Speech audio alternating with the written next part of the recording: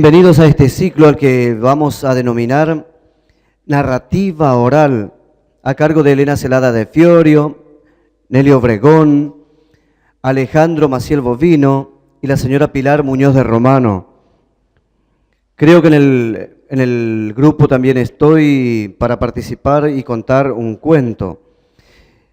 La narrativa oral, si bien en sus orígenes el cuento ha sido oral y a través del tiempo se cristalizó en la escritura, lo que pretendemos hacer es volver a la fuente, eso que se perdió a través del tiempo, es decir, no el contar cuentos o chistes al estilo Landresina, sino son cuentos literarios.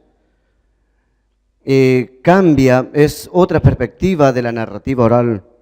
Así que vamos a dar la bienvenida con un aplauso a Elena Celada de Fiorio, que ella haga la apertura. Creo que sería bueno subir aquí porque esto queda registrado en una cámara, ¿sí? Entonces lo puede hacer sentado, o si quiere caminar o estar parada, como desee.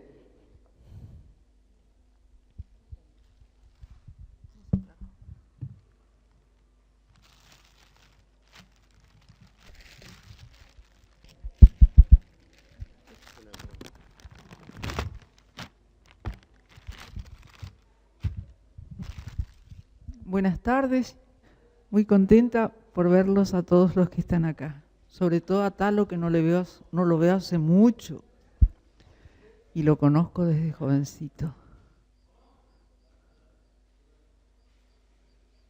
En el año 2006, hace 7 años, en Extensión Universitaria 9 de Julio de Córdoba, yo fundé el primer taller de narrativa oral, guiándome por el libro Contar cuentos de Ana Padovani, desde la práctica hacia la teoría, y más adelante por el libro de Narrar Oficio Trémulo de Ana María Bovo, que la verdad es que me encantó porque la vi en el Teatro Vera. Teniendo estos dos libros, nosotros nos pusimos a narrar historias los jueves ahí en Extensión Universitaria de 9 de Julio y Córdoba, y en lo que se denominó primer taller de narrativa oral de Corrientes. Nosotros comenzamos narrando cuentos para niños y después comenzamos a narrar cuentos maravillosos. Recuerdo un cuento que ustedes han de conocer que se llama El príncipe que se casó con una rana. Después contamos los cuentos de Grimm, contamos El patito feo, algunas leyendas, algunas parábolas de Jesús, algunos cuentos muy lejanos de autores muy lejanos en la geografía, me estoy refiriendo, y en el tiempo también.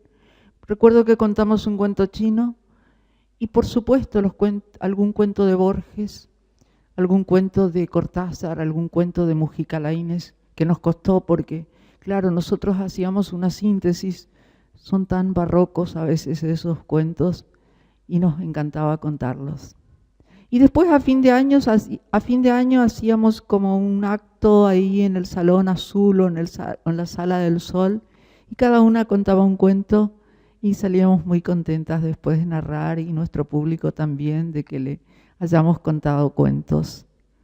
Y tenía yo un programa en la radio FM Universidad Nacional del Nordeste, 99.7, que a la mañana, los miércoles, contaba 2 cuentos en un programa, y con música después, en un programa que se llamó Ficciones de todos los tiempos. Como se estarán dando cuenta, yo soy borgiana, porque, o si no, no le hubiera puesto ficciones, un plagio total, pero le pusimos ficciones de todos los tiempos, porque contábamos cuentos. Y el año pasado nosotros comenzamos a juntarnos, las narradoras somos 6, y narramos cuentos de autores correntinos. Elegimos a 3 del siglo XX.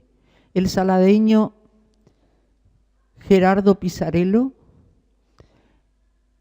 el correntino Belmiro Ayala Gauna y el correntino que vivió mucho tiempo en su estancia Santa Tecla, en Ituzaingó, que ustedes ya estarán suponiendo quién es, y que es el escritor, escribano y estanciero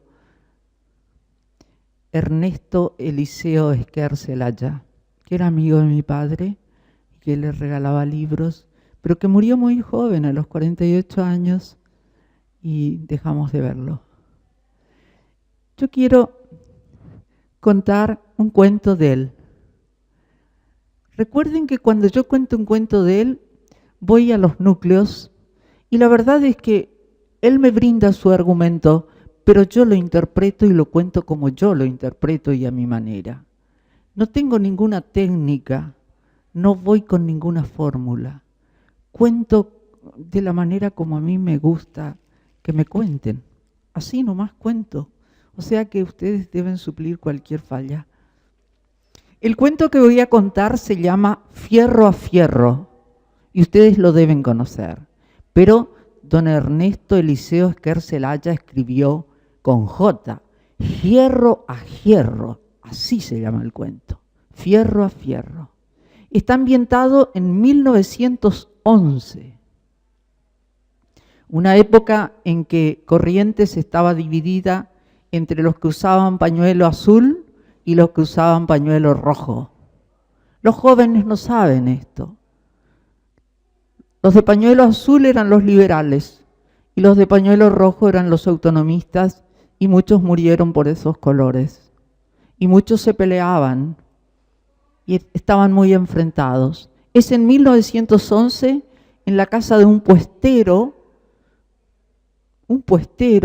de estancia que vivía cerca de la estancia Santa Tecla, en Ituzaingó, y desde su casa se podía ver el río y la isla Talavera ahí enfrente.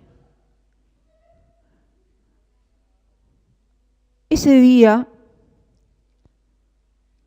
don Ibáñez festejaba su cumpleaños y estaba organizando un baile para la noche.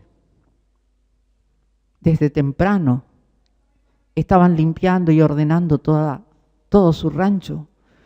Su rancho era como los ranchos correntinos, pero tal vez más grande, y tenía unas plantas de naranjo y algunas palmeras, y tenía una vista hermosa porque, como les digo, se veía el río Paraná. Y llegada la tarde comenzaron a llegar las personas que iban a participar de ese baile.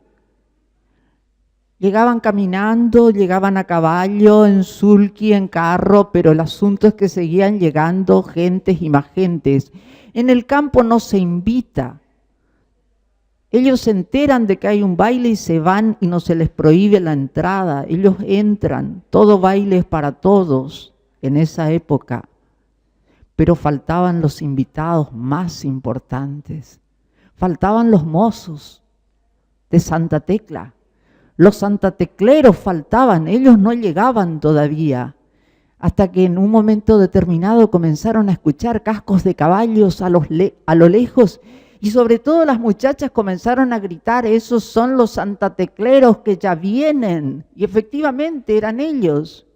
¿Y qué hicieron cuando llegaron frente a la tranquera, a la portada de la casa de don Ibáñez? Se detuvieron todos con sus caballos y gritaron a coro, ¡que viva don Ibáñez! Y después mucho zapucay y mucha risa. Y don Ibáñez, al verse sorprendido por ese griterío, por esa alegría, por ese homenaje que le brindaban los santatecleros, sacó su trabuco y largó 2 tiros al aire. Y los santatecleros festejaron muchísimo esos 2 tiros. Les parecía una respuesta perfecta. Y entraron bien vestidos, camisas blancas, bombachas, botas, se quitaron las espuelas, pañuelo azul y sombrero. Los sombreros no se quitaban nunca. Entraron y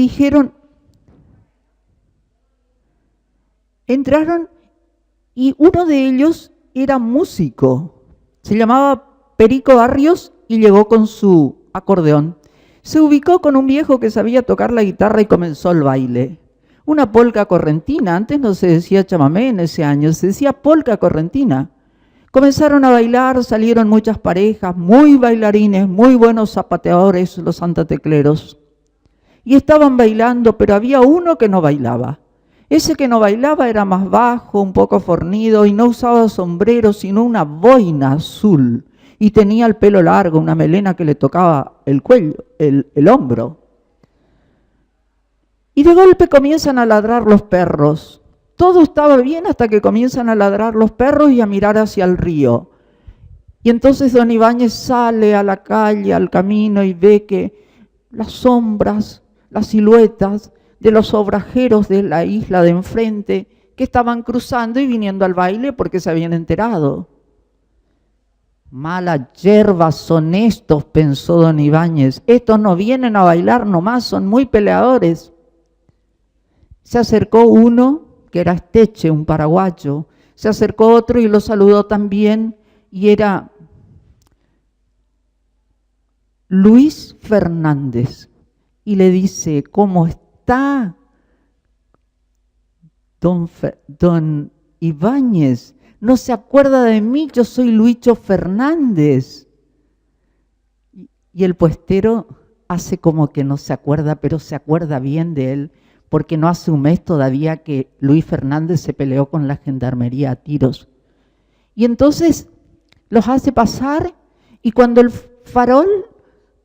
faroles del patio los iluminan, se da cuenta que todos tienen pañuelo rojo al cuello. Y dicen, no, acá se va a armar una pelea. Pero ellos se quedan, no avanzan. Y allá lejos está el de boina azul. Y le pregunta al de al lado, ¿quién es aquel autoritario que está parado allá? Ese es Luicho Fernández, uno que sabe pelear muy bien, le dice. Y se ríe entonces, él se ríe, le da gracia. Pero Luicho Fernández se da cuenta que están hablando de él y le pregunta a su vez a su compañero, ¿quién es aquel melenudo de boina azul que está allá con un vaso de caña? Ese es Rómulo Rojas, muy ligero con cualquier arma. Y claro, Rómulo Rojas tenía en su cintura un espadín de plata y un revólver. Y entonces termina la polca, quiero decir, y cruza así la cancha y se acerca a los que tocan música y le dice, yo no bailo, le dice Luicho Fernández, pero me gusta escuchar, quiero que toquen la polca Colorado. La polca Colorado es de los autonomistas, es de los colorados del Paraguay. Y entonces los otros no saben qué hacer, pero no se quieren negar y tocan la polca Colorado y todos los santatecleros se retiran de la pista y no bailan. Pero el de boina azul la toma una chica que está ahí a mano y comienza a bailar muy animado. La polca es muy ligera, muy alegre y finge un tropezón y le da un pisotón a Luicho Fernández. Y Luicho Fernández le da un empujón y el otro le da otro empujón y comienza la pelea y este saca su espadín cabo de plata y Luicho Fernández saca su machete. Y pelean entre las sillas y entre las mesas y van cayendo y la gente grita y otros rezan y otros lloran porque saben que se van a matar. Y siguen peleando, avanzando como quien va hacia la calle para pelear también allí. Y en un descuido, el de boina azul se cae de espalda y su espadín de plata va a quedar allá lejos de su mano. Entonces Luicho Fernández saca su machete para partirlo en dos, pero los compañeros lo atajan y no puede herirlo. Y el que está en el suelo sigue acostado, pone su mano en la cintura, retira su revólver, le apunta para matarlo, pero los compañeros, los santatecleros, también lo sujetan y eso no se produce. Y se incorporan, intentan que siga el baile y el baile cuesta reanudarse después de semejante tensión y nerviosismo, pero se reanuda. Y entonces el dueño de casa se acerca a los obrajeros y les dice: les quiero pedir un favor, retírense por favor de mi casa, quiero que mi cumpleaños sea tranquilo, se van a pelear dentro de un rato otra vez. Está bien, le dicen los obrajeros, pero espere un momento, porque yo me tengo que despedir. Eso le dice Lucho Fernández, y se va hasta donde está el de boina azul y le dice: vengo a despedirme, y le da la mano. Algún día vamos a terminar esta pelea que no pudo terminar. ¿Y qué le contesta al otro? A tu orden, don Fernández, algún día vamos a terminar. Ese Fernández, Luis Fernández, era ese tipo de hombres que vivían peleando y querían morir peleando. Les gustaba la muerte heroica, querían la muerte excepcional, la muerte elevada, la muerte épica, no una muerte cualquiera. Les parecía que era más muerte morir peleando. Pero eso no sucedió. No se encontró nunca con el de boina azul. Nunca se encontró, y eso que vivían cerca. Porque a Rómulo Rojas, el de boina azul, no se sabe quién lo mató por allá, por cerca de la estancia de los Bedoya. Y el otro, a Luis Fernández lo mataron, no se sabe quién, allá por cerca del campo de los Bedoya. Y el otro, Rómulo Rojas, tuvo menos suerte todavía. Mucha menos suerte tuvo Rómulo Rojas. ¿Por qué? Y acá termina el cuento. Porque murió en su casa, murió en su cama, murió acostado, murió enfermo de pulmonía. Tuvo mucho menos suerte.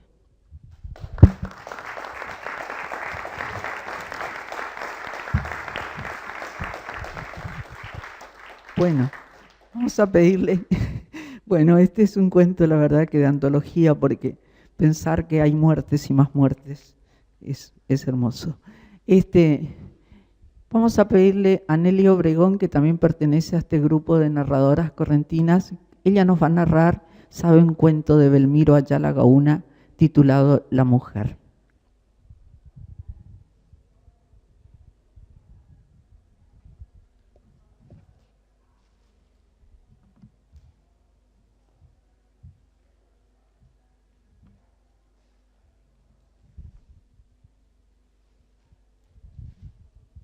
Me voy a sentar en una silla distinta. Buenas tardes a todos y muchas gracias por vuestra atención.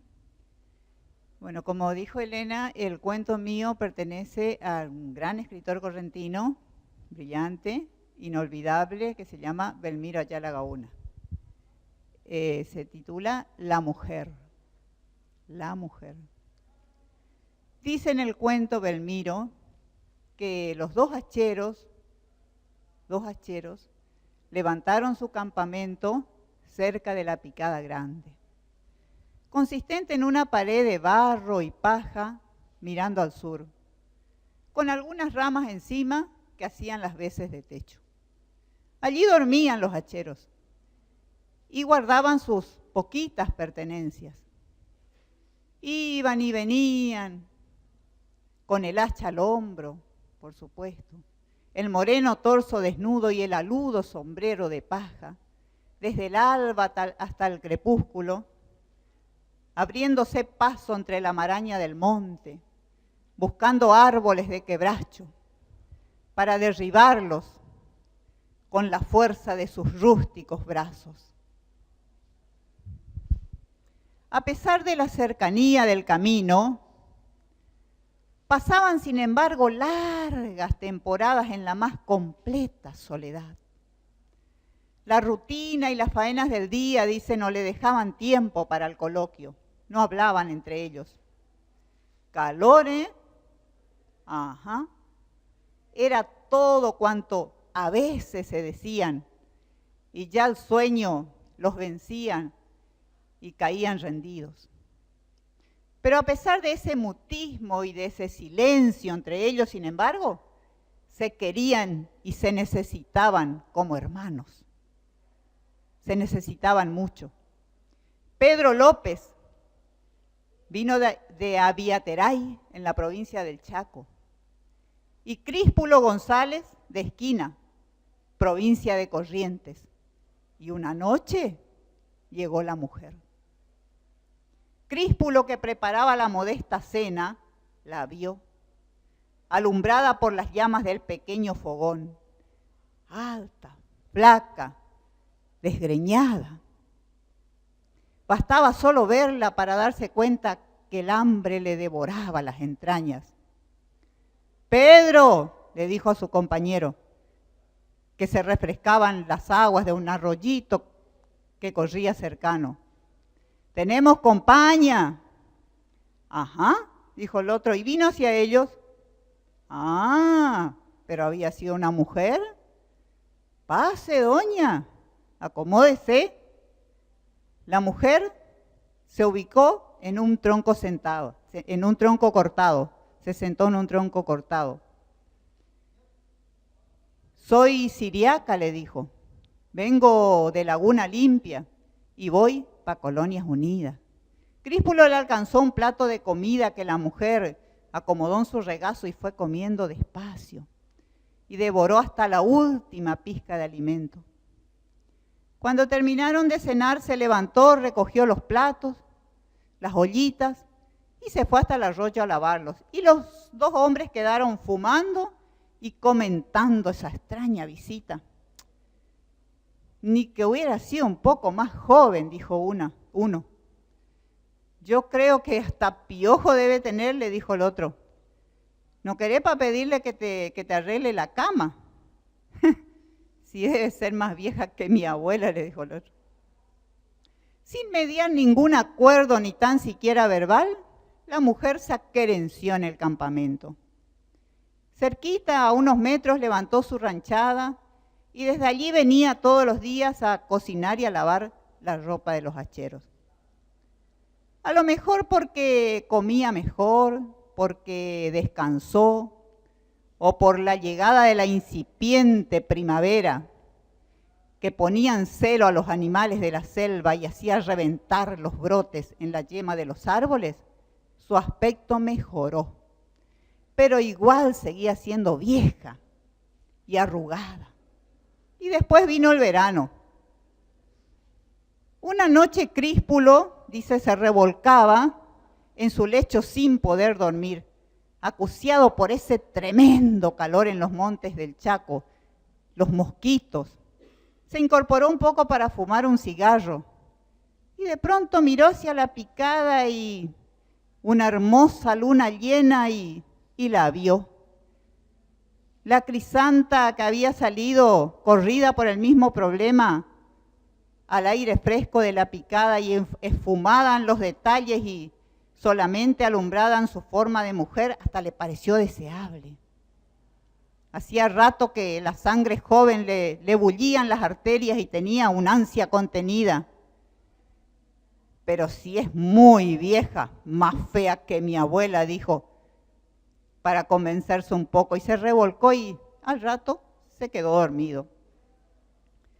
Al otro día los dos hacheros volvían de los fondos del monte, cuando de pronto Críspulo ve en la copa de un tremendo jacarandá unos nidos de loro allá arriba. Y le dice a Pedro, ¿y si miramos si no encontramos algunos pichones para llevarle a la crisanta que nos prepare la cena esta noche? Ágil como un simio, Pedro trepó por el tronco, anduvo por las ramas. Bandadas verdes se levantaron hacia el cielo, asustados los loros. A machetazo destruyó los nidos, fue metiendo la mano y arrojaba los pichones que su atento compañero recogía. Ya venía bajando cuando de pronto ve una preciosa flor de orquídea que se le presenta casi agresiva a la vista en su belleza. Con mucho cuidado la desprendió del tronco y fue bajando con ella y la depositó suavemente junto a los cuerpitos calientes de los palpitantes pichones. Cuando Críspulo vio eso, un extraño presentimiento tuvo. Y esa noche, cuando la crisanta lucía la preciosa flor de orquídea enredada en sus cabellos, ya no pudo contener la rabia y con toda la intención le dijo: ¿cuándo va a seguir camino hacia Colonias Unidas, doña? La mujer se sorprendió primero. Contestó después: ¿por qué? Le dijo. ¿Le molesto, pa? No, decía nomás yo. A lo mejor hay alguno que le espera. A mí ya no me espera más nadie de don Críspulo. Y ahí terminó. Cuando terminaron de cenar, juntó los platos, las cacerolas, las ollitas y se fue hacia el arroyo. Al rato se perdió Pedro. Ahí dijo Críspulo: ahora sí, están confirmadas mis sospechas, hacerme esto a mí, mal amigo, sintiéndose dueño imaginario de esa mujer. Tomó el machete que tenía clavado en el suelo y fue tras ellos. Iba abriéndose paso entre la maraña, espiando, y de pronto escuchó voces y risas. Bueno, Ney, que don Pedro, déjeme ya, y los espió. Un manto rojo le cubrió el ojo y no pudo contener su furia y se le fue al humo. Así los quería agarrar, porquerías. Pedro, rápido. Más porquería será tu madre, le dijo también, y cazó una chita que tenía y comenzó una feroz pelea.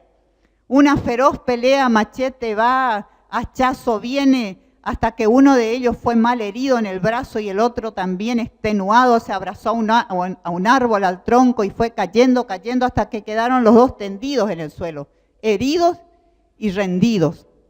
La mujer, mientras tanto que fue a buscar ayuda, volvió con unos hacheros que pasaban en un carretón, alzaron a los heridos y los llevaron primero al obraje. Le dieron los primeros auxilios y de ahí en un camión al hospital de Puerto Tirol. La vieja con ellos, se fue con ellos. Como eran fuertes, sanos, jóvenes, enseguida se repusieron y ya andaban echando el ojo a las enfermeras, a las mucamas, a las mujeres que venían a ver a su familia. Ya estaban bien. Enseguida los mandaron de vuelta a la casa. Se fueron al obraje y ahí los hizo llamar el administrador a su oficina. Se fueron y la vieja ya estaba en un rinconcito con su atado de ropas. El administrador, grandote, rubio, de cabello amarillo, piel colorada, bigotes, bien grandotes, parado detrás del escritorio, les dijo: ¿así que ustedes son los hacheros del obraje de Ciervo Petizo y pelearon? Sí, señor. Entonces los voy a tener que separar para que esto no vuelva a ocurrir. ¿Separarnos? ¿Vos para querer eso, Pedro? Y no, ¿dónde voy a conseguir un compañero como vos? Y entonces le dijo el administrador: ¿por qué fue que pelearon? Casi hasta matarse. Díganme, ¿por qué fue que pelearon? Los dos hombres se miraron y no sabían qué contestar. En ese momento se dieron cuenta que ni ellos sabían por qué pelearon. Y en forma inconsciente miraron hacia donde estaba la vieja y ahí recién es como que cayeron en la cuenta. Decile vos, Pedro. No, decile vos, Críspulo. Y comenzaron a reír, decile vos, no, decile vos. Hasta que, ¡basta de risas!, tronó el administrador. Y díganme, ya, ¿por qué fue que pelearon? ¿Acaso fue por esa? Y marcó con el dedo hacia donde estaba la mujer, que cada vez se iba achicharrando más. Y entonces fue cuando uno de ellos, cruel, maldito, dijo: ¿por esa? ¡Buah! Y escupió. No, fue la calor nomás. Sí, le dijo el otro, la calor. Mientras la pobre mujer iba sintiéndose cada vez más vieja y más horrible. Eso es.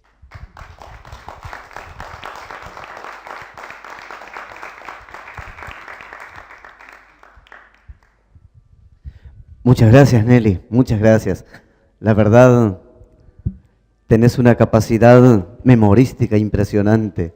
Vamos a invitar a Pilar Muñoz de Romano, ¿sí? Contar una historia, una narración oral. Bien, saque uno de la galera. Una vez más me ha engañado Alejandro.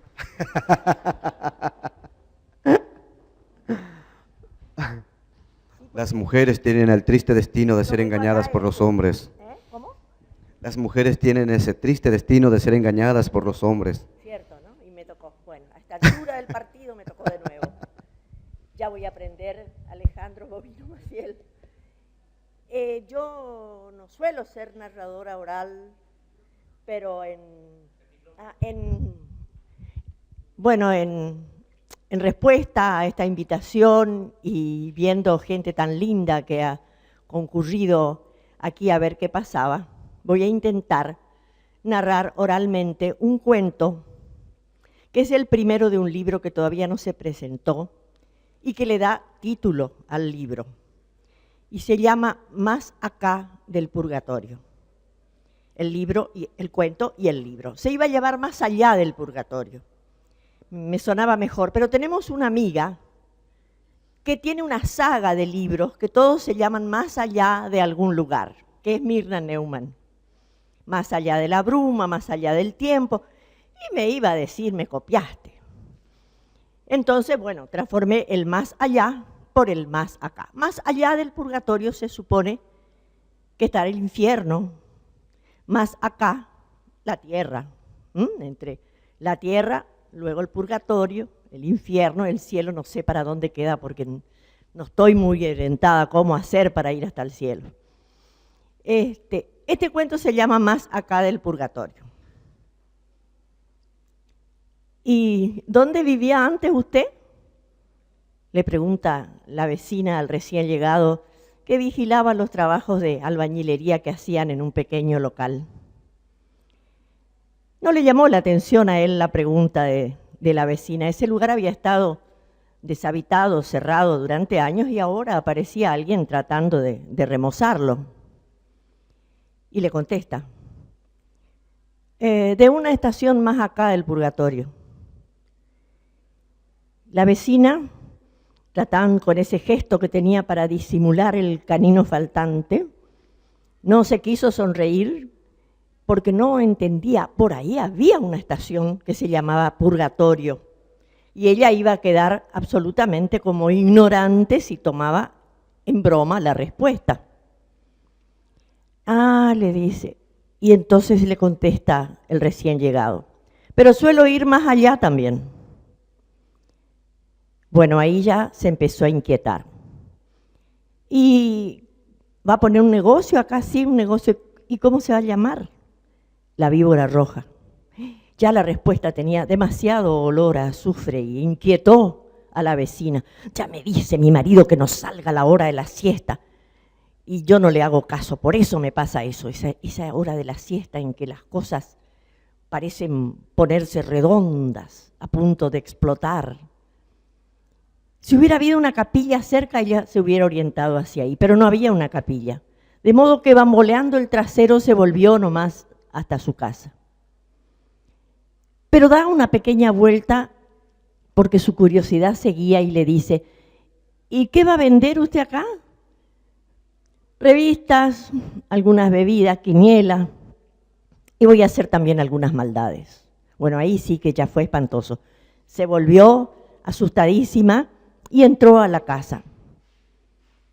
Era un barrio de calles y veredas de tierra, el primero viniendo desde el este y el último desde cualquier otro lado, porque nadie que no volviera del centro ingresaba por ahí, era el último.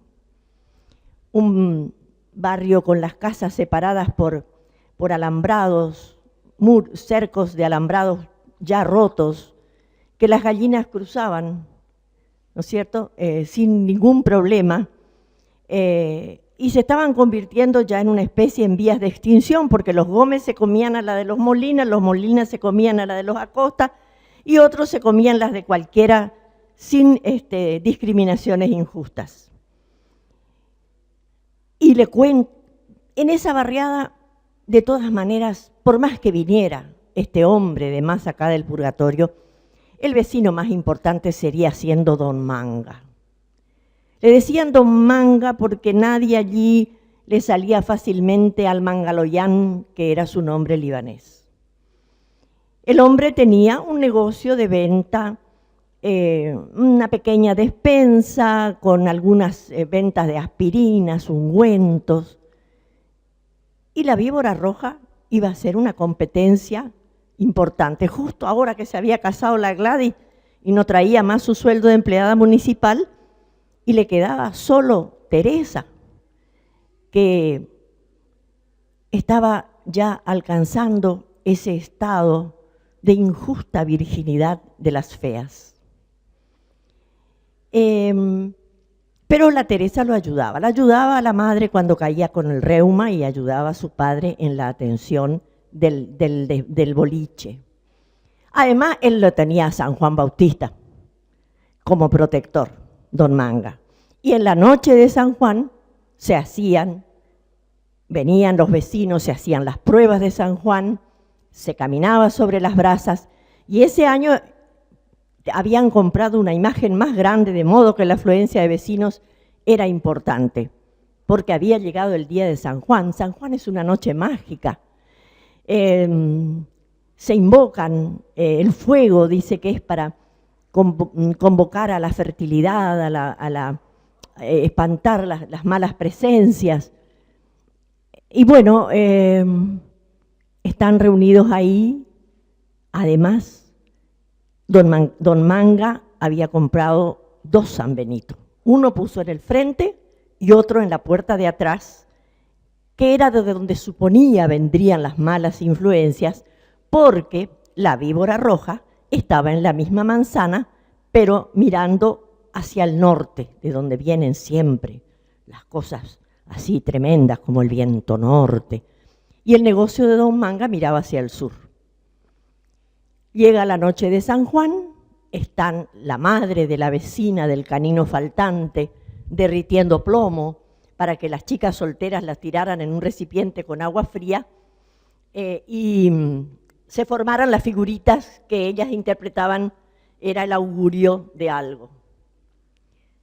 Y en medio de la ceremonia entra el nuevo vecino, Don Navarro, así se llamaba, Navarro, era un hombre joven. Todos quedaron estáticos, como las figuras de yeso de un pesebre. Y Don Manga, con pasos largos y lentos, se le fue acercando al visitante y la luz de las brasas lo hacía parecer más alto al recién llegado. Sin pasarle la mano le dijo, ¿cómo le va? El vecino le contesta, bien, ¿y usted? Todas estaban pendientes de ese intercambio de saludos y no se dieron cuenta que la única que no estaba tiesa como una figura de yeso, sino que se arreglaba la faldita y el pelo, era Teresa, a quien también el recién llegado le dirigía algunas miradas con otro significado, que no fuera el de compartir la noche de San Juan. Pero no va a poder traer ninguna mala influencia acá porque le tenemos a San Juan y a los 2 San Benito. Así que se quedó tranquilo Don Manga. Tiran las cucharadas de plomo y empieza, un avión, me voy a casar con un aviador. Otros dicen, mira, una flor, seguro que me caso en primavera. ¿Y vos qué sacaste, Teresa? Teresa no dijo nada. Se encaminó hacia el fondo de la casa, apretando en la mano lo que el plomo le había devuelto, con una inconfundible figura de viborita. Y Don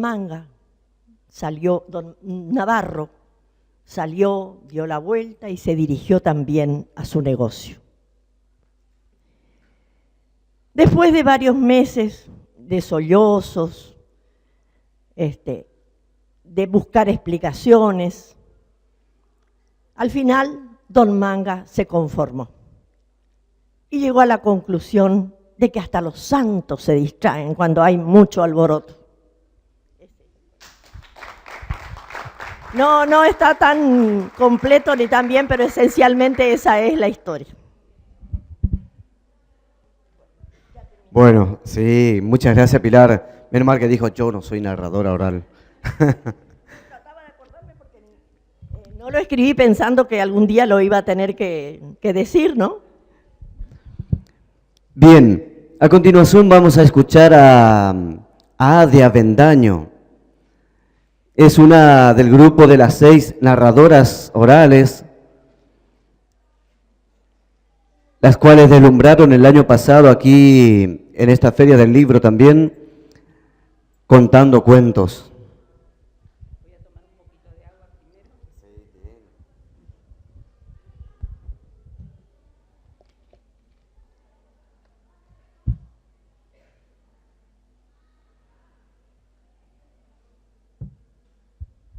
Buenas tardes, gracias a todos por la presencia y vamos a seguir contando algo de la obra de don Belmiro Ayala Gauna, un gran escritor correntino que supo pintar muy bien la idiosincrasia del correntino y de la correntina y que lamentablemente no fue nunca demasiado difundido. Esto se llama Los Bailes. Doña Petrona era famosa en toda la zona por sus incomparables chipás. Era una mujer baja, rolliza, de buena presencia, de edad indefinida, pero todavía lejos de los 40.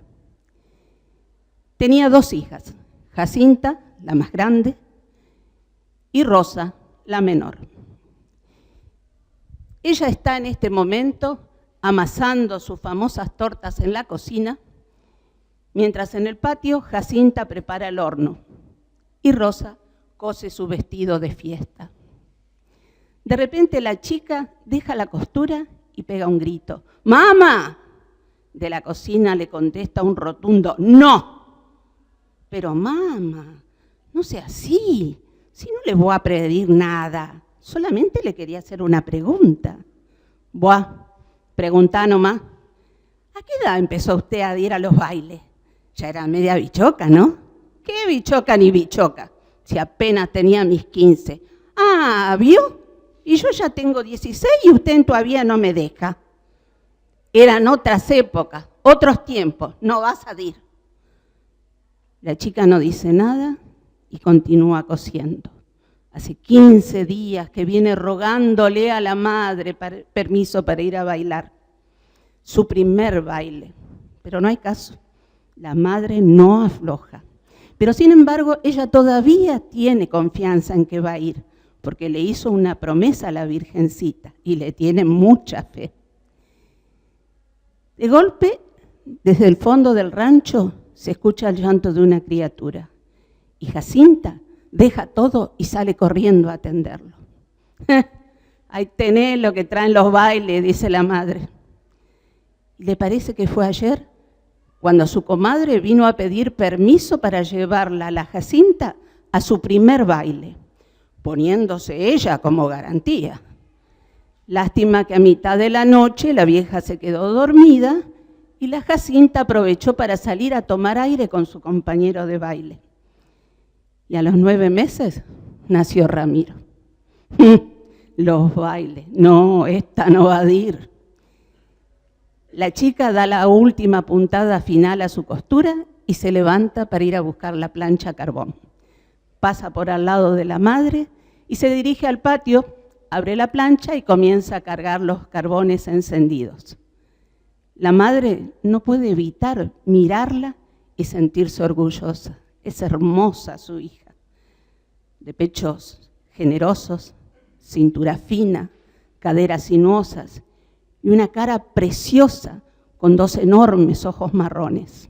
Cuando cuando la vean los hombres a esta, se le van a ir como moscas a la miel. Por eso no la tengo que largar. La impaciencia de la chica le recuerda a la propia, cuando hace más de 20 años fue a su primer baile. Llegó temprano y se sentó alejada de la pista, temerosa, muy tímida, dura entre medio de sus enaguas bien almidonadas, con la nariz picándole por el olor a tierra recién barrido y con el corazón latiéndole fuerte, fuerte, con mucho miedo a de que nadie la sacara a bailar esa noche. Pero si algo le sobraron, fueron damos. Hasta hubo 2 que vinieron juntos a pedirle para salir a bailar y medio que se trenzaron. Pero por suerte estaba el comisario y no pasó nada. Y ella bailó y bailó y bailó y hasta medio se mareó. Y se cansó mucho. Por eso cuando Pedro, el hijo del dueño de la estancia, que andaba de vacaciones por ahí, vino a invitarla a salir un ratito a descansar, ella no se pudo negar. Y se fueron a la quinta y abajo de los naranjos y embriagados por el olor a azares, él le tomó la mano, se la besó, después el brazo, el cuello, y así vino la Jacinta. 3 años estuvo sin pisar un baile. No, ¿para qué? Pero un día se fue a uno, perdón, para mirar nomás. Y mirando estaba cuando el calor y el anís hicieron de las suyas y hacia la medianoche no había bailarina mejor dispuesta que ella. Salió con todos los que le invitaron, pero eso sí, no le aceptó a nadie salir ni un ratito afuera, porque el que se quemó con leche cuando ve la vaca llora. Lo único que le aceptó fue a un señor muy compuesto, que no era del pueblo, que la acompañase hasta el rancho. Como no era muy cerca, se sentaron debajo de un árbol a mitad de camino. Y el forastero empezó a hablar, a contarle cosas, y ella la fue como amodorrando la voz del extraño, y se fue acercando, y acercando, y así llegó la rosa. Entonces, ¿qué le iban a decir a ella de bailes? Cargó una placa con hojas de achira y empezó a poner encima todas sus tortas. Y se dirigió al patio para meterlas en el horno. Al pasar, vio la cara llorosa de su hija menor y su corazón de madre se le estrujó de pena. Puso las tortas adentro del horno y cuando dio la media vuelta se plantó enfrente de las 2 chicas y dirigiéndose a Rosa le dijo: «Está bien, va a ir al baile, no te aguanto más con esa cara de carnero degollado. Pero lo que sí, va a ir con tu hermana para que te cuide».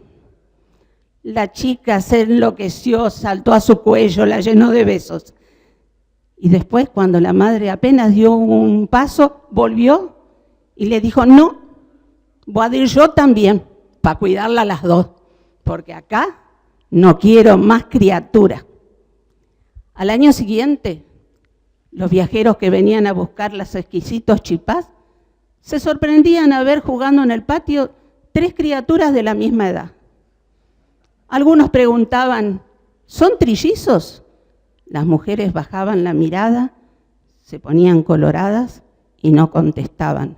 Pero si alguno un poco más atrevido seguía preguntando: ¿cómo se llaman?, Rosa siempre era la primera en contestar: «Rosita, como yo». Jacinta decía: «Juan se llama». Y la madre, doña Petrona, muy enojada, contestaba: Este se llama Juan Bailón», y entraba furiosa al rancho.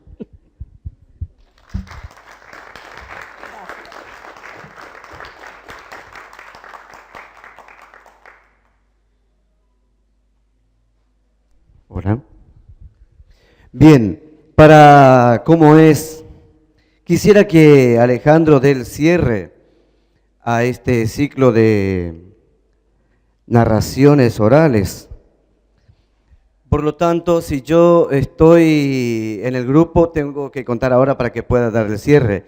Y después me gustaría que escuchemos a un par de chicos que tienen un par de cuentos para compartir. Pero el ciclo narrativo lo cerraría Alejandro, ¿le parece? Entonces subo al escenario. El cuento que voy a narrar se titula Bendición del cielo. Otra vez el mismo bar. Otra vez las mismas mesas, sillas y manteles. Y llueve. Llueve torrencialmente, no más que en mi alma. Hoy que llueve, he vuelto a este bar predispuesto a recordar aquel día en que conocería a la mujer que marcaría mi vida para siempre. Sí, fue en un día así que por esa puerta ingresó la mujer cuyo rostro me lo llevaré hasta la tumba.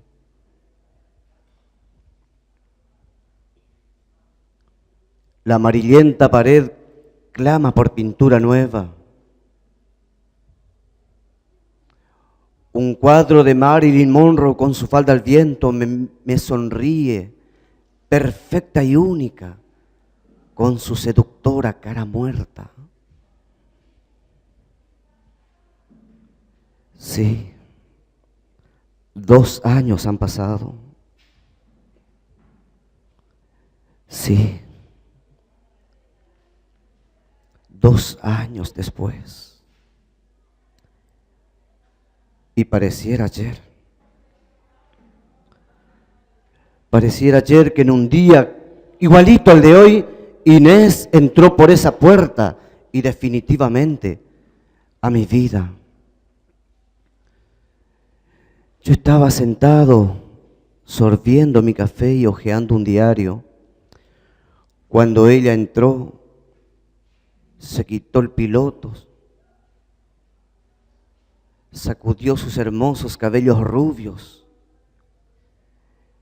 y por primera vez sus ojos esmeraldas se clavaron en los míos.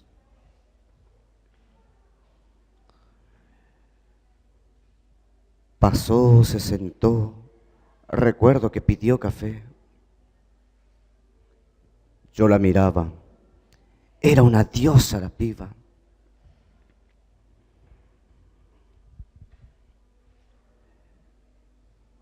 Sorbió su café, yo la volví a mirar y por segunda vez sus ojos penetraron los míos y yo sentí un sutil estremecimiento.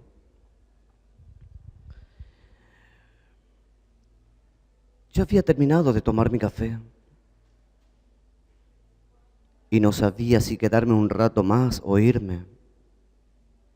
Sí, definitivamente debería irme, pero afuera llovía tan torrencialmente que decidí quedarme un ratito más. La volví a mirar. Ella me miró y me sonrió. Ay, Dios mío, ¿qué hago? Esta mina está re buena y yo no me la puedo perder. Yo soy un hombre de muchas calles.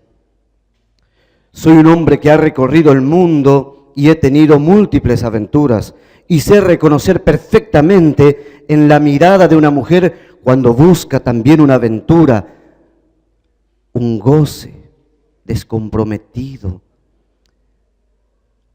un goce desprendido de todas esas banalidades al que llamamos compromiso. Así que definitivamente me decidí y me acerqué a ella. Hola, le dije. Hola, me dijo ella. Pestañeó 3000 veces por segundo. Me llamo Jorge y como podrás ver estoy más solo que Kung Fu. ¿Te parece que me acerque y charlemos un rato? Sí, cómo no. ¿Por qué no?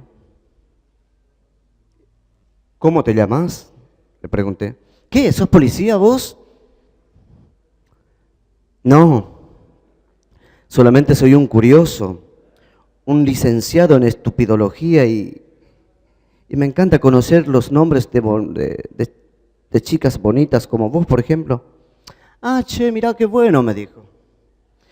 Me llamo Inés Daniela Álvarez. ¿Te basta o querés mi DNI? Oh, no, le dije, y reímos de aquella actuación irónica.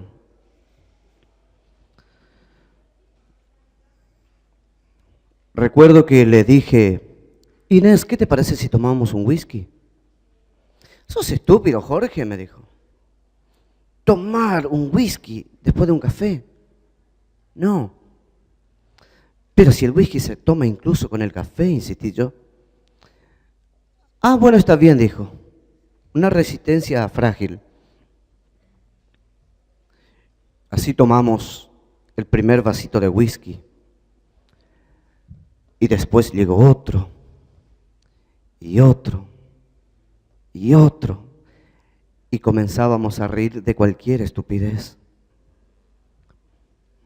Así supe que ella era del signo de Acuario, que tenía 20 años, que hacía una semana había roto con un noviazgo de hace mucho, pero que eso mucho no le importaba porque ella también tenía su gatito. Lámpagos parecieron que nos sacaban fotografías desde el cielo. Yo le dije, maldita lluvia. ¿Qué pasa, Jorge?, me dijo ella. ¿No te gusta la lluvia? La lluvia es una bendición del cielo. La lluvia cae y arrastra toda maldad de la tierra. La lluvia es purificadora, Jorge. ¿No te gusta la lluvia? Bueno, sí, me gusta la lluvia, pero pasa que cuando llueve me dan ganitas de... ¿Entendés? Picarón, me dijo. Y puso esa carita de... Y me inyectó esos ojitos de... La idea me brotó del alma cuando se lo propuse. Ya en el motel no podía creer que esa diosa veinteañera iba a ser mía. Temblaba en la cama. Yo la observaba con los 5 sentidos. Y la hice mía. La hice mía y la amé como un loco. Sí, como un loco perdido. Nuestros gemidos eran como palomas ciegas que se levantaban, chocaban contra las paredes y caían y otra vez volaban y chocaban y así se entrecruzaban. Y nos prometimos cosas de locos perdidos, como así también nos amamos como locos perdidos.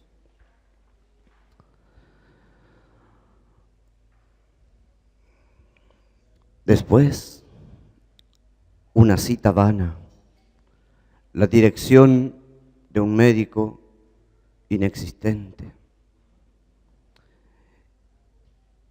Y caí en la cuenta de que me había engañado. Qué triste es para el hombre descubrir que se encuentra como una criatura perdida dentro de sus propios pasos. Qué triste es recorrer como una tortuga ciega los tuétanos de sus propios huesos y sentir el olor del mal del mundo.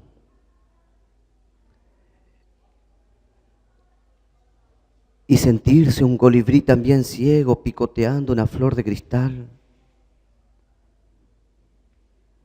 Qué porquería todo esto. Y la comencé a buscar. La comencé a buscar, a buscar, a buscar por mucho tiempo. Dicen mis amigos que la mirada se me había vuelto vacía, que caminaba como un sonámbulo por la calle y blasfemaba su nombre. Y ella se llamaba Inés Daniela Álvarez. Y me ha matado. Me ha matado. Porque cuando tuve que conseguirme un empleo importante, entre los requisitos, lo supe. Y fue ella, nadie más. Lo sé perfectamente, fue ella.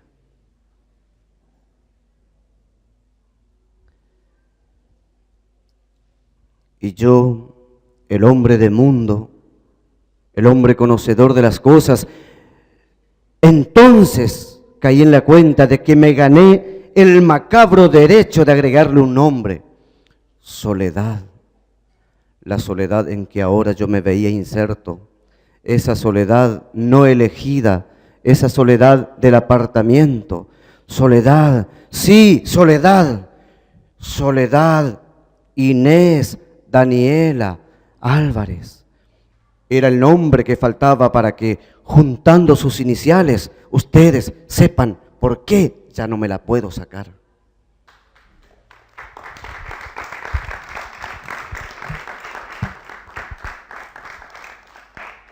Bienvenido, Alejandro.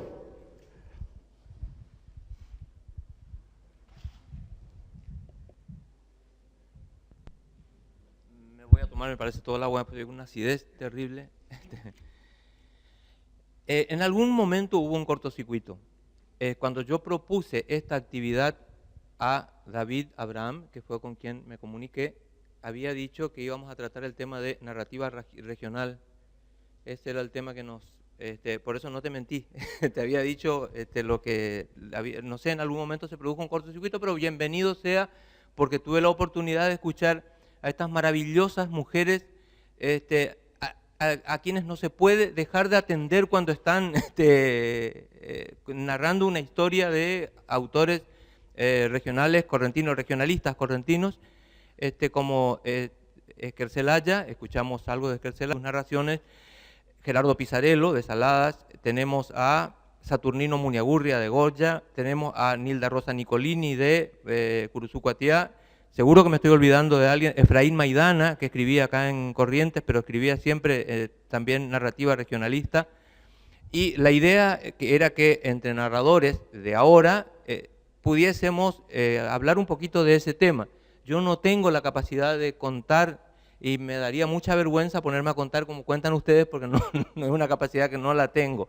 Apenas escribo bastante mal. No voy a usurpar las felicito realmente porque hipnotizan, es así.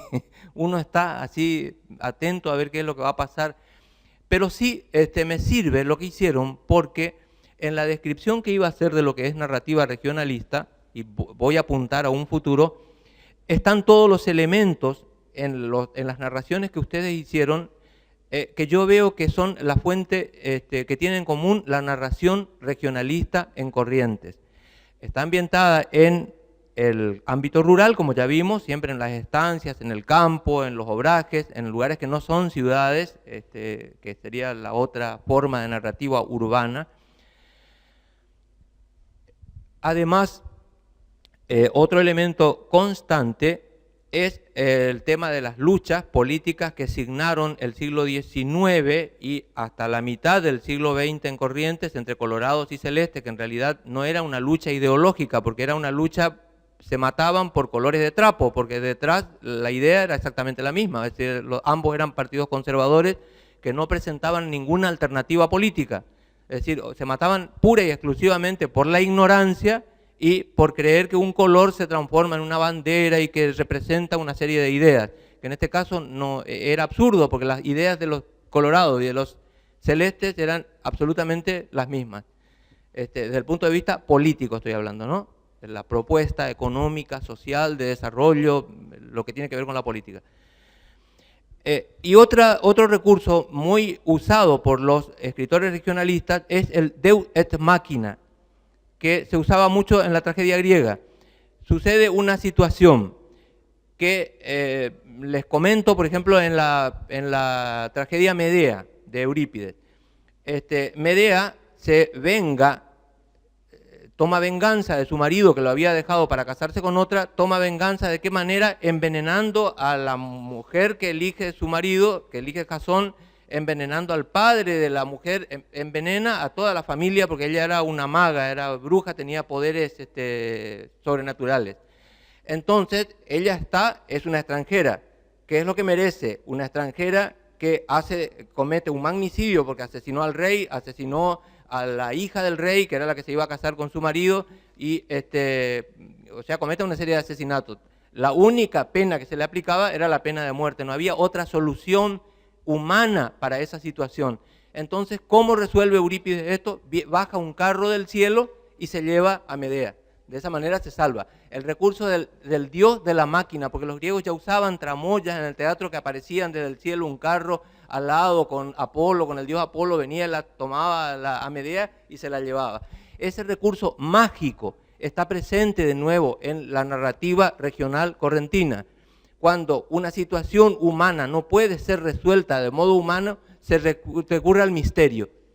Y aparece o una bruja o San la Muerte o algún ser de la mitología que se supone que resuelve esta situación que en el ámbito humano no la podíamos resolver. Estos eran los elementos comunes que yo he visto en la narrativa regional. Pero me sucedió algo más cuando estuve en Caacatí, cuando me iba a recibir de médico, me enviaron aquí, obligatoriamente la universidad nos enviaba a trabajar 3 meses haciendo prácticas en los hospitales públicos, que me parece una muy buena idea, porque era una forma de devolver con un servicio a la comunidad todo lo que ustedes invirtieron en mí, porque ustedes saben que aquí, por fortuna, en la Argentina, la universidad es gratuita. Entonces, este es un modo de, más o menos, de compensar. Trabajamos como burros. Pero además, estando en Caacatí, empecé a escribir una serie de lo que yo creí que eran cuentos. Eso quedó guardado, imagínense que estoy hablando de hace como 30 años, y después los encontré de nuevo el año pasado. Mis editores viven en Paraguay, los 2 editores. Yo edito libros, tengo muchos libros editados, pero los edito siempre en Asunción del Paraguay porque viví un tiempo ahí y me conecté con los editores, así que mis editores están en Paraguay. La editora de Paraguay me pidió un libro que tenga narraciones regionales para el uso del secundario, porque necesitan material de ese tipo para usarlos en los colegios secundarios. Lo único que se me ocurrió era exhumar estos papeles que había encontrado recién y terminé escribiendo todo eso que configura una novela corta que se llama Enero, Los perros de Dios. En agosto ya me voy a Asunción porque hay que presentar el libro ese y después supongo que también traeré un poco a Corrientes porque es otro enfoque de la narrativa regional que no tiene mucho que ver con estos cuentos así tan detallistas del tema de la ropa, de las usanzas, de los bailes, de todo cuanto sucede o sucedía en el ambiente rural, porque cambió bastante con internet el ambiente rural y con el celular y todas las innovaciones tecnológicas, por fortuna, pero lo que sucedía en el pasado en ese ámbito de muerte, que eran algunos de los pueblos que estaban ya casi condenados al olvido. Yo no sé si ustedes conocen Caacatí. Estuvo en algún momento en un camino muy importante que unía Buenos Aires con grandes ciudades con Corrientes. Después ese camino se desvió. ¿Y qué pasó con el pueblo? Se fue apagando, como sucedió cuando cerraron las vías de ferrocarriles de muchos pueblos de la Argentina y el tren dejó de pasar y dejó de ser un sitio donde había intercambio comercial y etcétera, etcétera. Entonces los pueblos también se fueron como apagando, achicando o circunscribiéndose. Esto era más o menos lo que tenía para decir. Pensé que íbamos a tener el tema en común como para ir debatiendo y conversando sobre esto. De manera que no te engañé. por primera vez no te engañé, porque si no me va a reprochar durante todo el año. Estoy muy contento de estar aquí con ustedes, veo que hay mucha gente joven, me resulta atractivo ver este movimiento de gente muy joven aquí en la SADE. Cuando nosotros integrábamos la SADE, me parece que Pirina y yo éramos los más jóvenes y ya no éramos, no nos cosíamos en un hervor. Muchas gracias, no tengo nada más para decir. Bueno, los invito a todos, muchas gracias Alejandro. Los invito a todos a escuchar un par de cuentos justamente de estos jóvenes que hoy integran la Sociedad Argentina de Escritores. Sí, el que desee pasar, Dante, Oriana. ¿Trajiste algo, Oriana? Bueno, un poema es cortito, sí, ¿por qué no? Vamos a escuchar a Dante. Muy buenas tardes, mi nombre es Dante Augusto Conti. Hoy le traje, creo que una narrativa, más que un cuento. Espero que le guste. Al otro lado de la conciencia.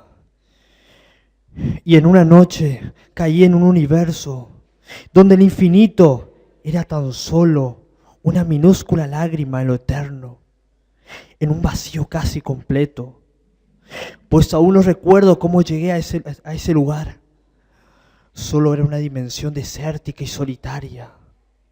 Pues aún así yo caminaba por aquel desierto y en mi transitar me encontré con un reflejo, con miles de ellos que rodeaban mi presencia. Sin embargo, al transcurrir el tiempo, yo seguía sin entender qué hacía yo en este lugar.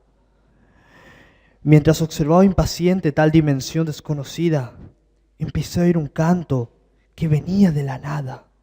Pues era un majestuoso canto, era aquella lira que yo la conocía a la perfección.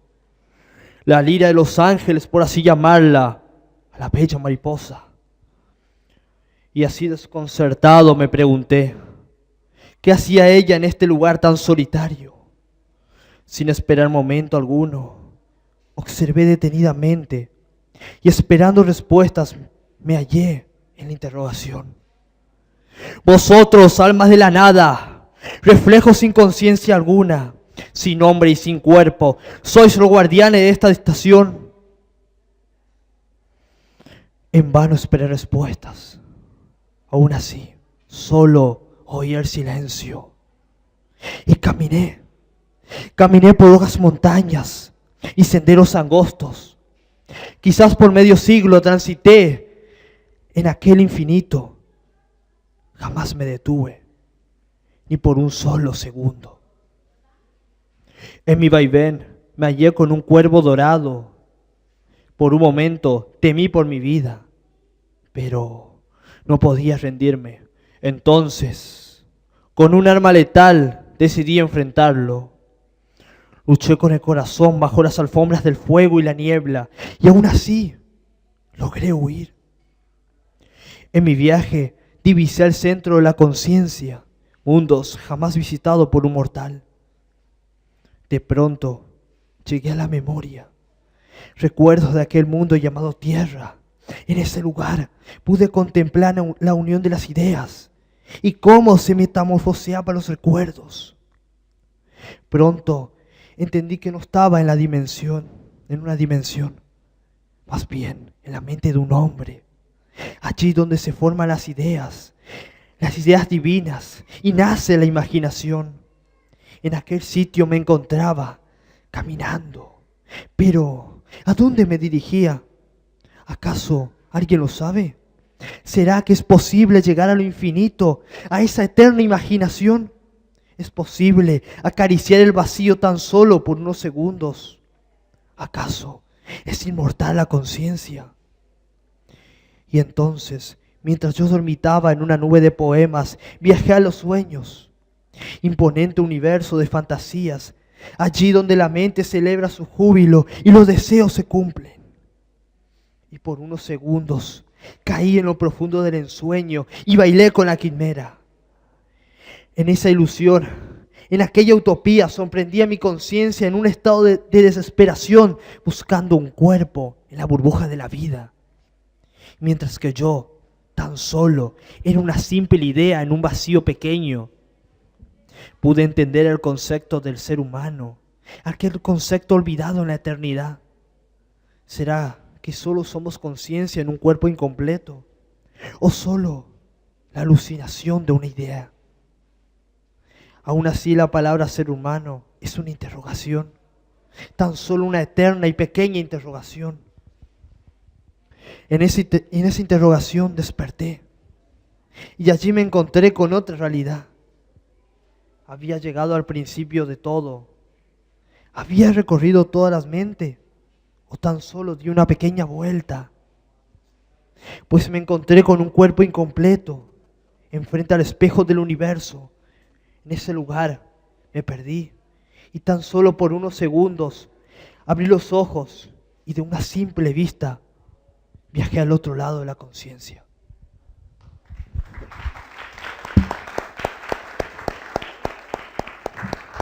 Gracias. Iliana Romero, adelante.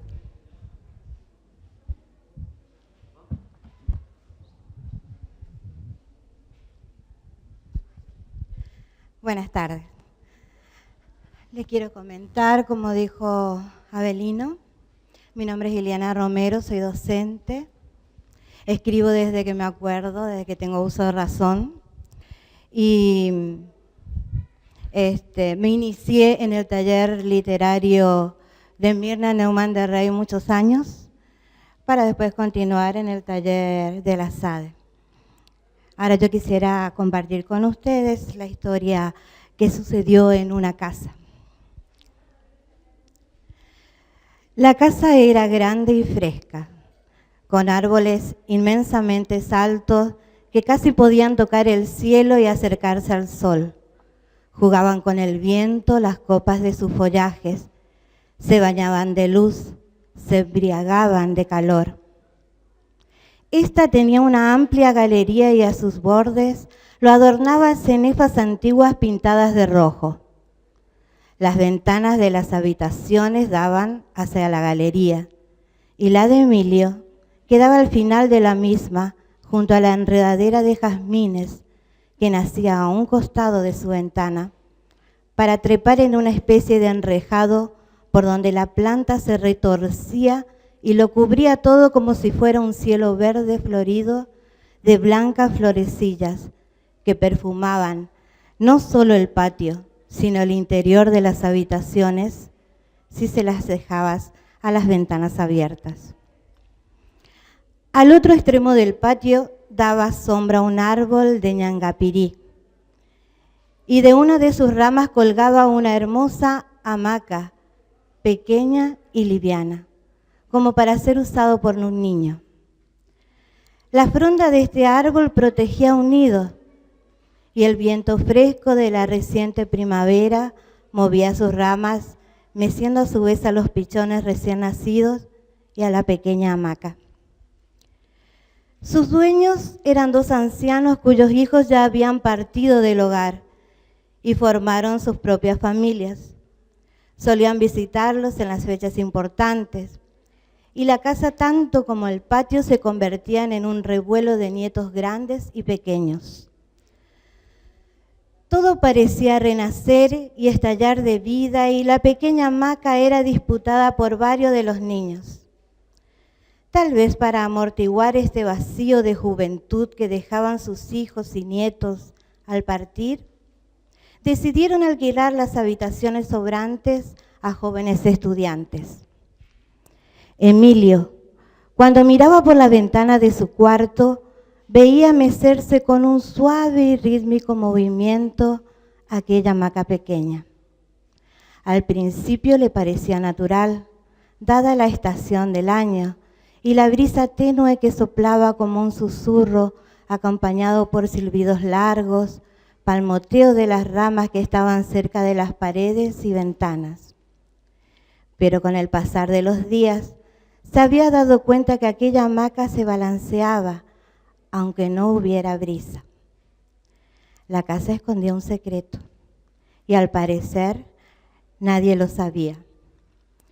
Preguntó a los dueños tratando de tener mucho tacto y respeto, no fuera a escuchar alguna desgracia hubiera ocurrido allí. Pero estos les respondieron que cuando ellos compraron la casa, la pequeña hamaca ya estaba, solo la arreglaron un poco para cuando llegaran los hijos. Pero luego ellos se fueron y ahora solo lo ocupan sus nietos cuando los visitan.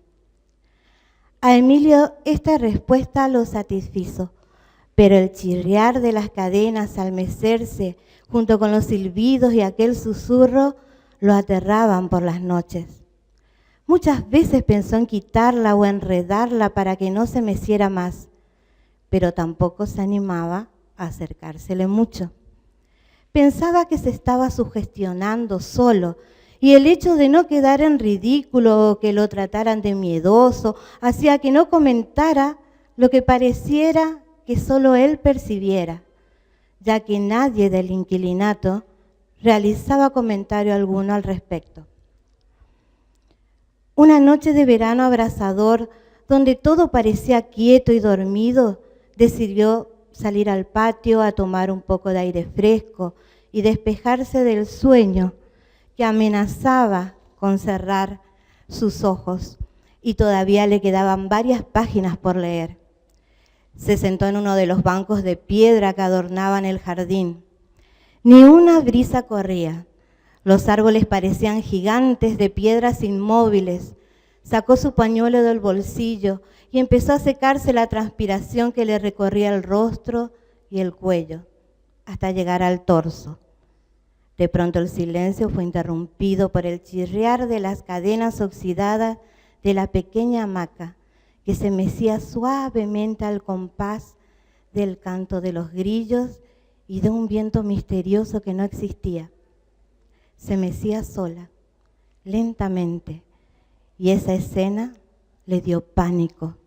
Se levantó de un salto y entró a la casa y cerró la ventana de su dormitorio. Esa noche no pudo estudiar ni dormir. En otras ocasiones este ritual se repetía por las mañanas o la tarde, no importaba la hora. Emilio había tomado la determinación de ignorarla, ya que una especie de paranoia comenzaba a invadirlo. Llegaba tan cansado de la facultad que todos los malos pensamientos que crecieron en un momento en su interior parecían haberse esfumado. Pasaron los meses y Emilio había olvidado el por qué ya no abría la ventana de su cuarto.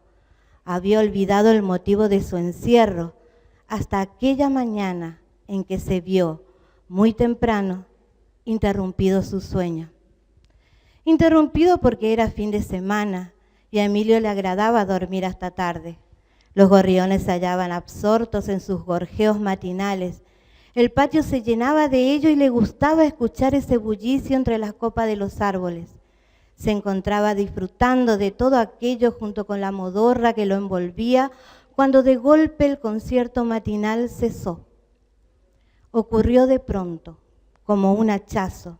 Aquel silencio había cortado el concierto del patio y los habitantes de los árboles, y esto lo sobresaltó. La claridad que traspasaba las pequeñas hendiduras de la ventana se opacaron. La mañana pareció desaparecer entre el silencio y Emilio volvió a recordar sus miedos.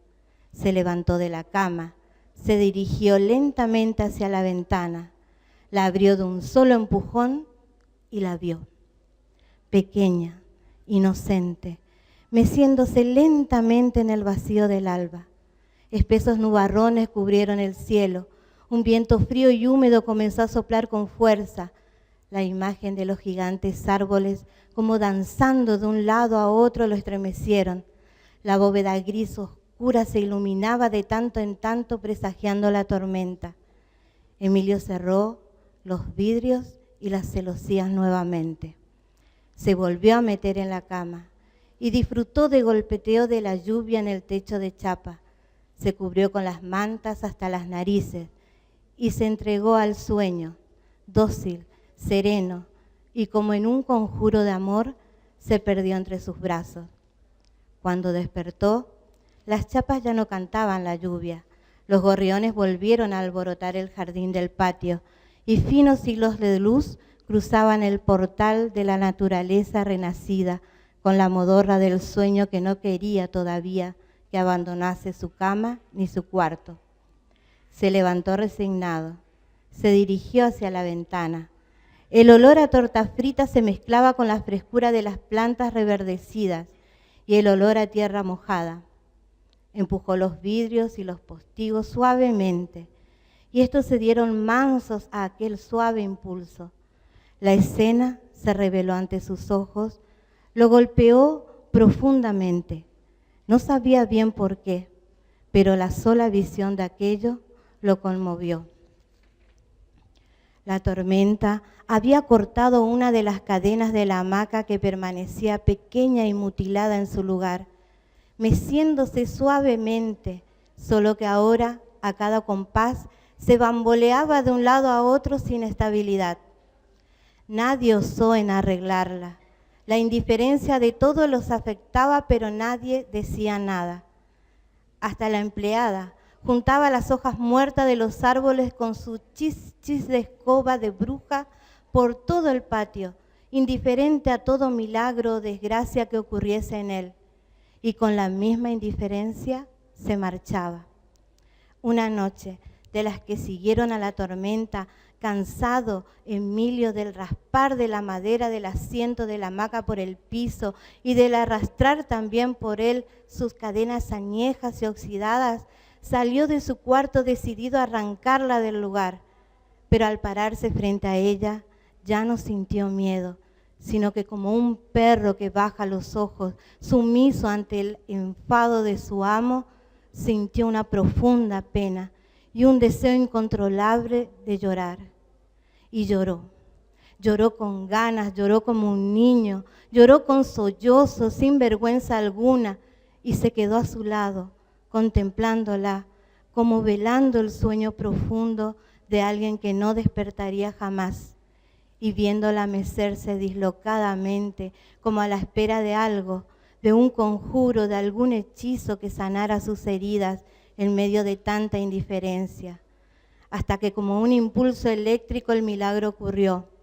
Bajo el firmamento diamantino de la noche, Emilio tomó el extremo de la cadena, la unió con el eslabón que se había torcido y abierto con la fuerza de la tormenta, limpió su herrumbre de tiempos pasados, restauró el asiento, la equilibró y cuando hubo terminado su labor, la impulsó suavemente en el vacío de ausencias infinitas del zaguán solitario.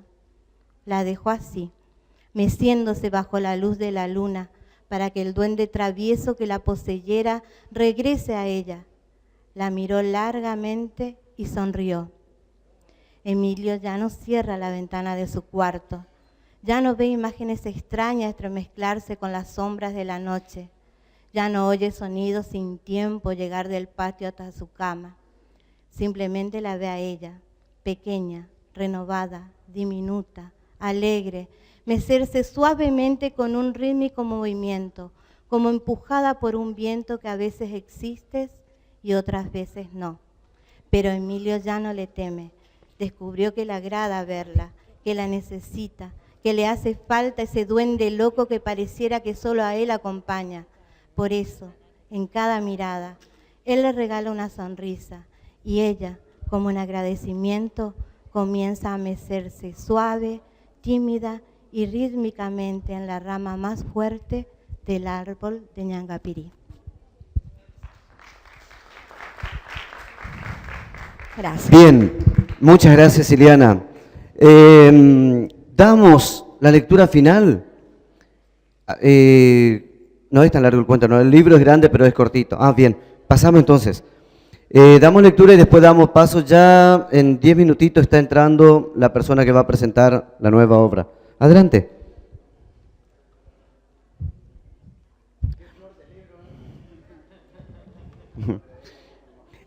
Ese libro está en el pasillo. Es para que la gente ojee y vaya enterándose de la nueva escritura de los jovencitos.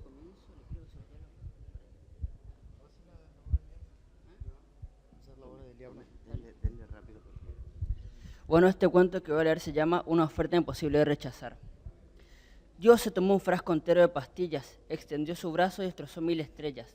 Estaba realmente nervioso, necesitaba calmarse. La situación era muy grave. El mismísimo Dios, temiendo Tenía un muy mal presentimiento. Interminables dudas los echaban. Presentía que algo estaba por ocurrir. Su gran pedestal como ser omnipotente se tambaleaba. Se miró en el espejo. Su rostro lucía místico y demacrado. Claro que envejecía, pero a un ritmo muchísimo menor que el de los seres humanos, pues era imagen y semejanza de ellos. ¿Cuántos años habían pasado?, se preguntaba. No estaba realmente seguro de aquello.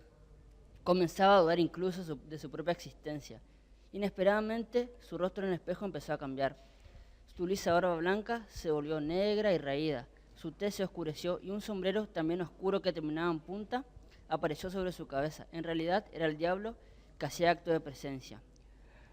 Yahvé, siento lo que sientes, pero no sé lo que tú sabes. Así que mejor dime qué está pasando.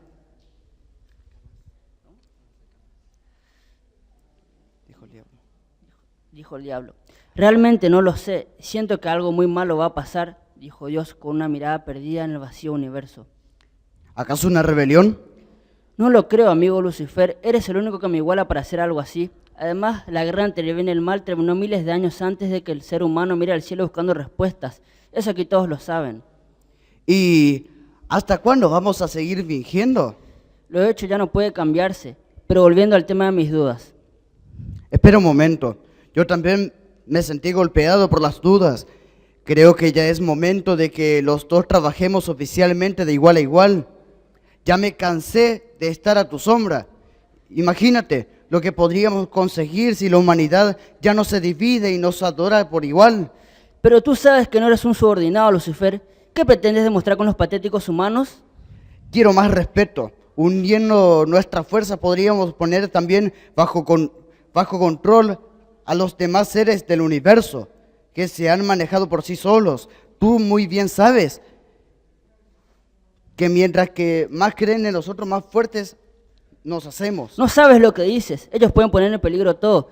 Claro que nosotros los creamos, pero los mismos humanos salieron de estuvo ensayo de estos seres. ¿Te imaginas el caos cuando se enteren que así fue su origen y no por obra de Dios? Por eso los he dejado en paz todo este tiempo. Obra de Dios, ya me estoy cansando de tu egoísmo. Yo también formo parte de esto, maldito. Totalmente furioso, el diablo empezó a salir del espejo y lo tomó por los hombros. Esto provocó que el sorprendido Dios retroceda y jalara al diablo fuera del espejo, que terminó cayendo encima de él. Señor, es urgente. Ha surgido una situación y necesitamos que... Veo que está ocupado, dijo un ángel que entró en los aposentos. No es nada. ¿Qué ha pasado? Y empujando al... Dijo Dios incorporándose y empujando al diablo a un lado. Un ser extraño se ha presentado en el reino. No es de los nuestros, no es un humano ni mucho menos de los seres biológicos, dijo el ángel. Yahvé, ¿qué está pasando? Exijo respuestas. ¿Y te piensas que yo sé algo? Sígueme y lo averiguaremos. En las puertas del reino se hallaba aquel ser extraño, vestido de traje azul, pelo corto, estilo militar y un maletín. Saludos, señores, dijo. Vengo a comprar esta dimensión. Dios y el diablo se miraron y comenzaron a reírse. ¿Y dónde iremos nosotros? ¿Quién te has creído?, dijo apuntando con el dedo. Dios tuvo la intención de pulverizarlo en ese instante, pero el temor había vuelto. Un frío corría por su ser divino. Sentía que millones de ojos lo miraban desde encima suyo en la aparente inmensidad del universo. Pero tienes que explicarte mejor. Aprovechando que... Dijo el diablo. ¿Lee esto? Dijo el diablo tomando la palabra, aprovechando que su compañero estaba distraído mirando hacia arriba, como buscando algo. Se nota que no recuerda nada, ¿verdad?, dijo el ser extraño abriendo su maletín, del cual sacó un aparato que emitió una imagen inquietante. Podían verse a sí mismos por una pantalla en aquella situación, como si una cámara estuviera grabando el momento en directo. La imagen se alejó a una velocidad increíble y vieron su gran universo de forma circular, que dentro contenía 3 dimensiones también en forma circular. El reino sagrado era el círculo más grande. Más alejado de la dimensión de los seres extraterrestres, con un círculo mediano, y el más pequeño, el de la dimensión humana. Esta imagen era conocida por Dios, pero contenía algo que nunca antes había visto. Encima de su universo, varias dimensiones de forma plana yacían, y encima de todo, una inmensa dimensión de forma piramidal parecía gobernarlo todo. ¿Ahora lo recuerdan?, dijo el ser con una mirada perversa. Dios parecía recordar todo sobre sus orígenes, pero cuando estaba a punto de hablar, el extraño prosiguió su charla. Véanme como un administrador. Hace mucho tiempo mis jefes le asignaron una tarea. no solo han fracasado totalmente, sino que también ustedes dos se han cegados y dejado consumir por el poder. Fue efectivo el armado de un lugar lleno de vida con los materiales que les suministramos, pero que sus propias peleas arruinaron a los seres generando divisiones entre ellos, y estos a su vez infectaron tan bello lugar lleno de vida. Parece que se tomaron en serio la historia que ustedes mismos crearon, del Dios creador y del diablo malvado. Y lo peor de todo, crearon una raza inteligente para que haga el trabajo por ustedes. Pero mis jefes son benevolentes. Me mandaron a ofrecerle nuevo material y universo que ahora será mucho más pequeño y no les quitaremos la vista de encima. A cambio, ustedes entregarán este universo. En cuanto a los seres, los ángeles y demás seres serviciales ahora nos pertenecerán. La raza humana no nos importa en lo más mínimo. Y en cuanto a los otros seres de su universo, ellos sí podrán sernos útiles. Esto, señores, es una oferta que no pueden rechazar. Epílogo. Dios se tomó otro frasco entero de pastillas. Intentó destrozar algo a su alrededor, pero recordó que no había absolutamente nada. ¡Ya ve! ¿Puedes dejar eso? Estamos aquí flotando en la nada misma. Debemos tener alguna idea, dijo el diablo. Con una mirada desolada, dijo Yahvé Lucifer: ahora son nombres que no valen nada. Debemos unir fuerzas como un solo ser y trabajar con este nuevo material que nos dieron. Y así fue como la nada misma, un nuevo ser surgió, comenzando a crear una vez más.